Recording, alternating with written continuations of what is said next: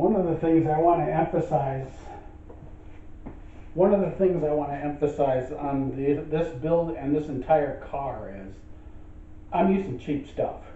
I'm buying what I can based on my budget and my ability. I have a family to take care of, a mortgage to pay.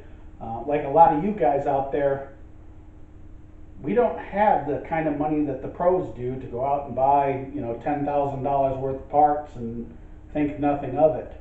We have to do these things in steps. To kind of give you an idea of the steps, I've had this car for over 25 years now. I have gone in it and I have done the heads. I went in and I cleaned them up when I put the intake on it. I also changed the timing set because I'm an old school guy and I know that there was nylon in there. So that had to go. I'm not a chain guy. I like my gear drives. This particular engine will also have a gear drive on it. There's your gear drive right there. If you're going to have accurate timing, this is the way to do it. It makes noise? Yeah. I like the noise. It's that blower whine. I like that a lot. So we have to keep that in mind too. All the parts that I've had for this motor, for example, the crankshaft I bought 25 years ago, I was going to put it in when I was doing the rest of the engine, but I got job transferred. So I had to slap the motor back together again, move to the next town. The next town I pulled the heads off. I was going to blew a head gasket. I was going to go ahead and I didn't blow a head gasket. It blew was blowing fluid through one of the nuts, mainly because I forgot to seal it.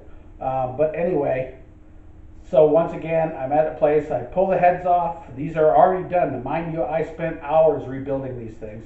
I set them in. I figured, you know what, they're up. I'm gonna refresh them, get new seals put on them, and have them decked a little bit. So I did, and my heads got stolen from the shop. Of course, there was no police report. There was nothing else. So there goes my first set of 202 heads right out the window. In exchange, they gave me these 194s that are on it now. They're junk. They leaked through the valve seals the day I put them on, even though they had brand new valve seals. So we live and we learn, we move along. Things happen. The car itself, I'm doing all the body work, I'm doing all the metal work, I'm doing all the paint work, thanks to, in part, Duplicolor, who's provided me all my painting materials for free. Because of the program I was on with them, I'm able to paint my car and afford it, because you and I both know doing it yourself, it's going to cost you a lot of money. I've been painting the car, and what's been painted so far was painted in the garage. I would love to rent a booth. I found a booth for $100 for 3 days, mainly because the guy has a shop and he works in it all by himself, and he just needs the cash. So $100 for 3 days of paint booth is worth the money. I still have to finish the